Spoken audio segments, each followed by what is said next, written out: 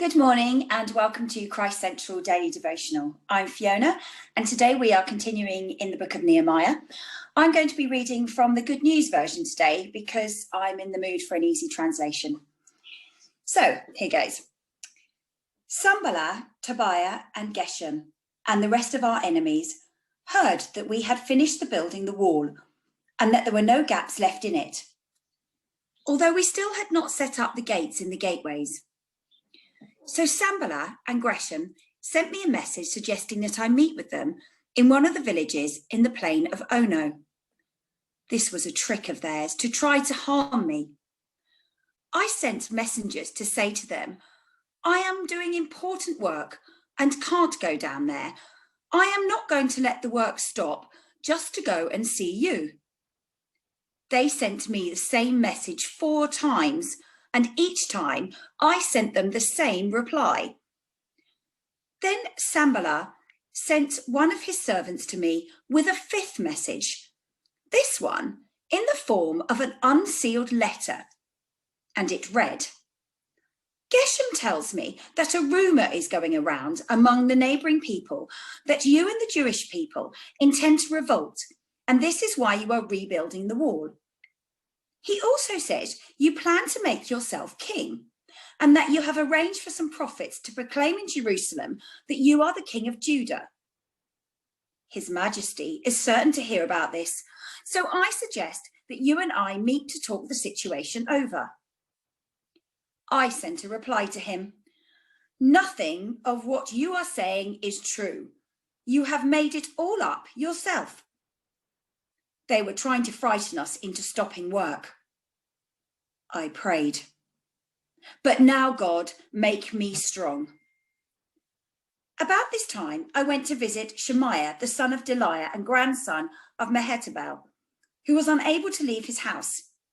He said to me, you and I must go and hide together in the holy place of the temple and lock the doors, because they are coming to kill you.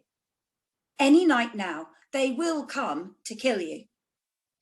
I answered, I'm not the kind of man that runs and hides. Do you think I would try to save my life by hiding in the temple? I won't do it. When I thought it over, I realised that God had not spoken to Shemaiah and that Tobiah and Sanballat had bribed him to give me this warning. They hired him to frighten me into sinning so that they could ruin my reputation and humiliate me. I prayed, God, remember what Tobiah and Sanballat have done and punish them. Remember that woman, Noadiah, and all the other prophets who tried to frighten me. The passage starts by informing us that the wall has been finished, and the 3 usual suspects, as well as the rest of the enemies, had heard this news. Nehemiah then gets a little invitation with 2 of the above, which would mean him leaving his important work and making his way to a village near Ono. Herein lies the first message for today. The trick of the enemy is to isolate Nehemiah so he would be more vulnerable and likely to be harmed. Thankfully, Nehemiah is a man of integrity and maturity, and despite being issued the invitation 4 times, he refuses to be distracted from his work and his God-given mission. The enemies then resort to a 5th message, and this time their attack is more sneaky. They base their information on a rumour. Now, rumours are interesting and are usually based on an element of truth, which makes them all the more convincing and all the more compelling. The rumour surrounding Nehemiah is that he and the Jewish people are planning to revolt and that Nehemiah is going to proclaim himself as king. Now, we also have an enemy who loves to use truth against us.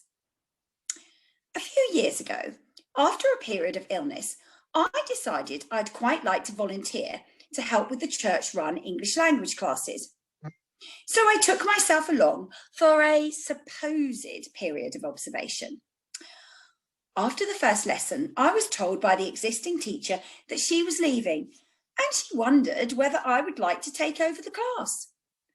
My first thought was, absolutely not.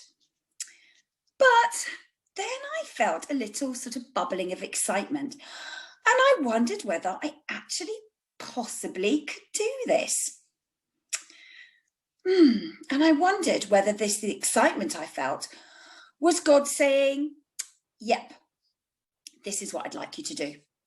However, there were many, many reasons why this was an absolutely crazy idea, and I received my own metaphorical letter from the enemy, which went something a bit like this. Dear Fiona, thank you for your application for the role of English teacher.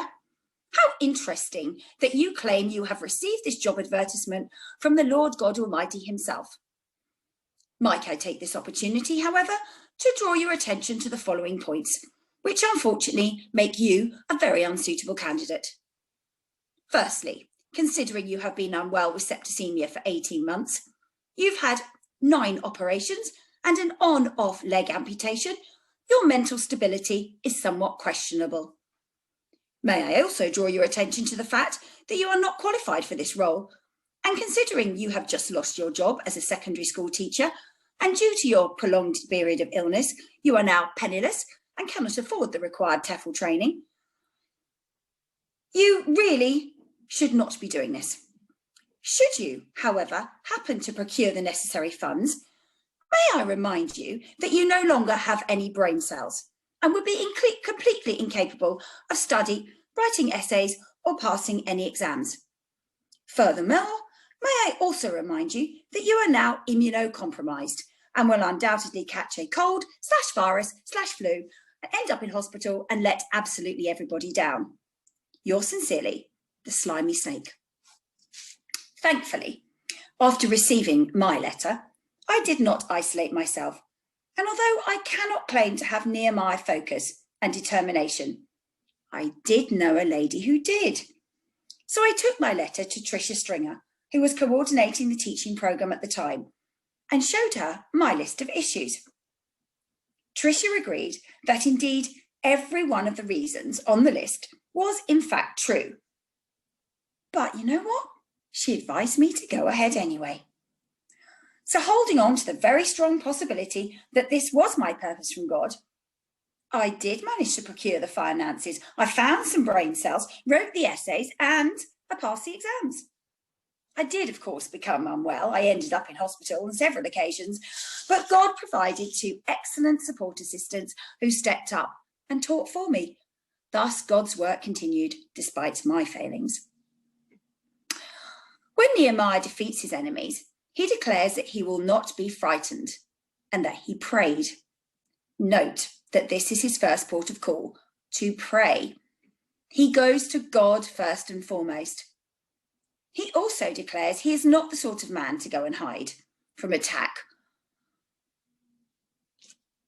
He also declares that we need to question ourselves. Are we the sort of people who also go and hide from attack? Or do we head it straight on and do we take it to the cross? Interestingly, Nehemiah sends a reply which says, "Nothing of what you say is true. You have made it all up." Now, this is a rather different way of dealing with your enemies, telling them they are lying. But in fact, there is an element of truth in this. Despite rumours being based on factual truths about us and our situation, in the light of God's purpose for us, they are, in fact, lies.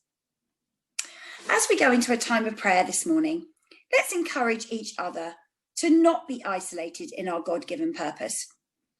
Even if we don't have Nehemiah's single-minded focus, we can surround ourselves with people who can help us along the way. Connect groups, discipleship groups, and this devotional group. You may be someone who knows their absolute calling and purpose, maybe through your ministry or through your profession. Or you may be someone who wakes up each morning and says, "Hey God, would you please give me a purpose just for today?" Whichever you are, the situation is the same. put on your armour and face the day with comrades, and most importantly, with God at the centre of everything you do. Thank you for listening.